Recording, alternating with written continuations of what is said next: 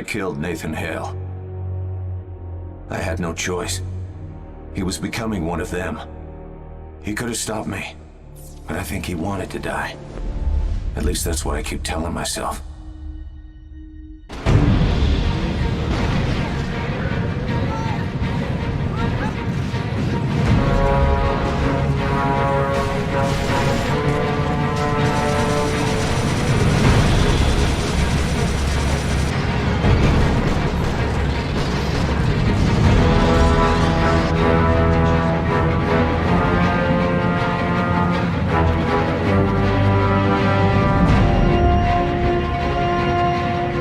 Well, we're back with another review, and one that's been a long time coming, as it's been over a year since I covered the second game in this series, much to my disappointment and disgust. That's right, we're cracking into Resistance 3, a first-person shooter in the Resistance series of games, and we're here to decide if they learned their lessons from 2, or if they failed in every regard. Now, before I begin, I'd like to ask y'all to support today's artist, Apollo. The dude did some fantastic work on today's thumbnail. I'd also like to ask y'all to support the content down below with a like and a sub if you enjoy. Now let's begin with the story and development history of Resistance 3, shall we?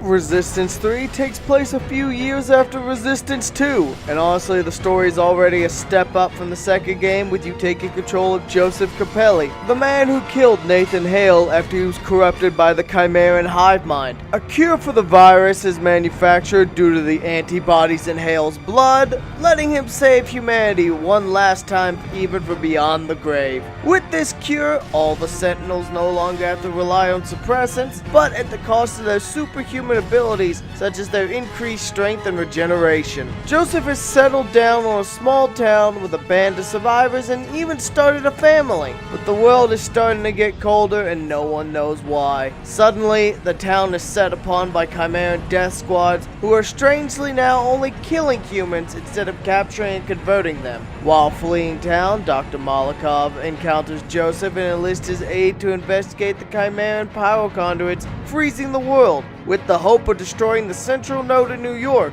and bringing down their entire plans and halting the terraforming of Earth. With that, our journey begins with a cross-country adventure all the way to from the deep south to Louisiana, Pennsylvania, and more. Now more onto the development side of things. The game was formally announced on August 12th, 2010 via a tweet, but unofficial announcements for the game via a billboard cropped up as early as October 11th, 2009, about 10 months earlier than the official announcement. The game seeks a return to form that the second game heavily bastardized, as Resistance 2 came out in 2009 after the success that was Call of Duty Modern Warfare, which warped a majority of first-person shooters that came out during that era, and definitely for the worse. This trend is also what killed the beloved Medal of Honor series. But gone are the shitty changes that 2 made. You've got all your weapons back on the big wheel, you got the fast-paced shooting back, the hide behind cover while you wait for your health to regen is gone. That's right, they actually listened to the fans and brought back the first game's gameplay, bigger and better than ever. Let's dive into that now, shall we?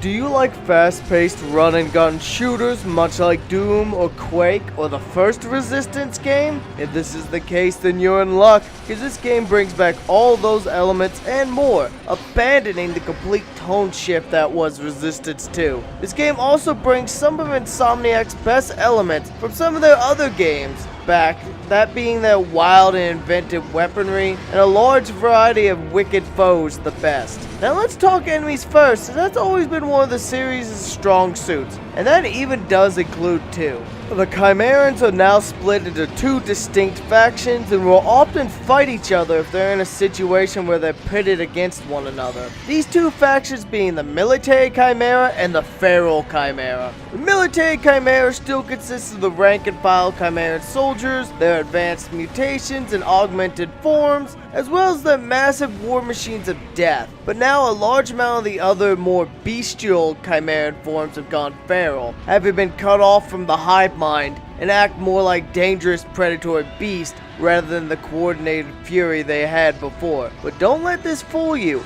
They may not be as coordinated, but they're still wildly dangerous and ferocious. This also does mean some forms have been entirely culled, such as the Scarabs, as the Chimerans aren't infecting anyone anymore, and as such they have no reason to fire Scarab spires at populations to prep them for transformation. The feral population also does include those humans who were infected but not collected in time and instead were cocooned waiting to burst out as the long, gangly, and emaciated Grims, which love to hide out in dark and hidden areas to ambush unwary people. Hell, even some of the larger forms have gone feral, such as the spider-like and hyper-dangerous Widowmakers, which can crush and consume entire populations if not kept in check. Oh, and I did mention that these fucks like to establish herds or packs, so that's fun. And the military Chimera are just as fun as usual. Did you know their bodies are unable to keep their body temperatures under control due to their absurdly high metabolisms? Which means if you shoot the volatile cooling packs embedded on their backs, this means that they will explode, often taking out their friends, and if you're lucky you'll set off a chain reaction of explosions. And speaking of chain reaction of explosions, the weaponry in this game is even more wild and inventive than ever, while also seeing the return of old reliable classics, some in augmented forms and some just as reliable as ever. My personal favorite returning weapon's definitely the M5A2 Folsom Carbine, aka the standard issue US firearm for the last 3 games. It's simple, rapid-fire death with an underslung noob tube to send those Chimeran freaks to hell. But there's also some wacky fun new weapons as well, including my favorite addition to the roster, the Mutator. Take this homemade glob gun, charge it up, and fire it at anyone you'd rather them to become an explosive than a foe. This baby's loaded up with leech DNA, and when it infects a person, be they human or Chimera, they will swell up with a green explosive pustules and do one of 3 things. They'll either instantly explode, fall on the ground and become a landmine that goes off when someone hostile is nearby, or enough time has passed, or my absolute favorite, they charge at the closest enemy and explode on them. And this isn't even the best part. The best, anyone hit by the explosion is also infected and repeats the cycle, making this the ideal weapon for clearing hordes of, say, Grims, or lots of human enemies that are bunched up. Honestly, gameplay-wise, this game may be the best in the series. It's fast-paced, fixed all the problems of 2, and expands upon the lineup of enemies, areas, and weapons. Variety is the name of the game here, and you shouldn't be disappointed. Hell, even the locales are always changing up, from a small 50s American town to New Orleans, a Pennsylvania mining town and mine, and more. Hell, I didn't even mention all the guns have 3 tiers that unlock as you use the weapons. So the more you use it, the better it becomes, such as the M5A2. Tier 2 adds a bayonet, making the melee bash more effective. But at Tier 3, you'll fire 3 grenades instead of 1 every time you fire that mode, making even the weapons more dynamic and diverse. Hell, this is a minor thing, but for me, one of the small details I absolutely love is the ragdoll system as well. I just love setting off an explosion or a chain reaction of explosions and just sending an entire group of Chimerans flying wildly through the sky like the graceful birds that they wish they were. So yeah, gameplay is definitely a strong point in this game, and the story is a marked improvement over 2 as well.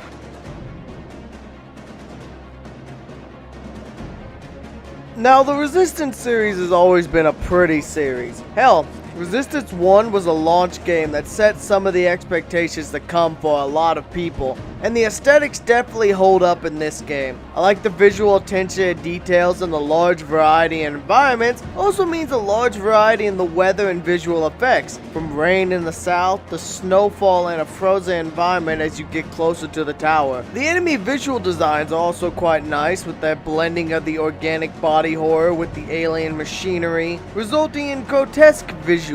The game's also pretty stable, but with one exception. There is a known about bug that when you install the game for the first time, it may just freeze up and stop installing, which will cause you to have to restart your system delete the installed portion and try to reinstall it again, which did actually happen to me and it was annoying. But once I got past that, I didn't notice any real issues outside of an infrequent frame drop when things truly get hectic and wild, but overall it's a pretty game and runs pretty stably once you have it installed.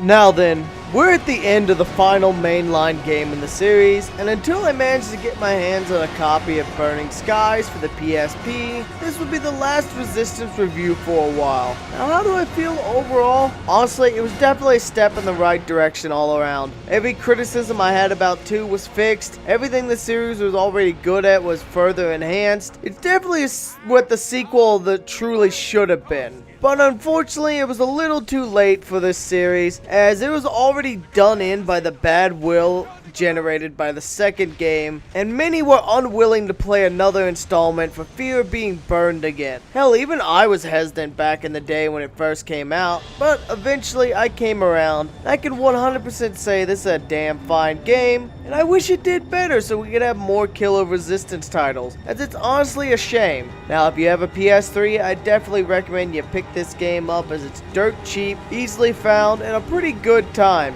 Really filling that itch for old school fast-paced shooters. Now, if you're still here at the end of the video, I'd like to thank you for supporting the content, and for all the members on screen, I do greatly appreciate your monthly support of my content. This has been Cor, and I'll see you in the next video.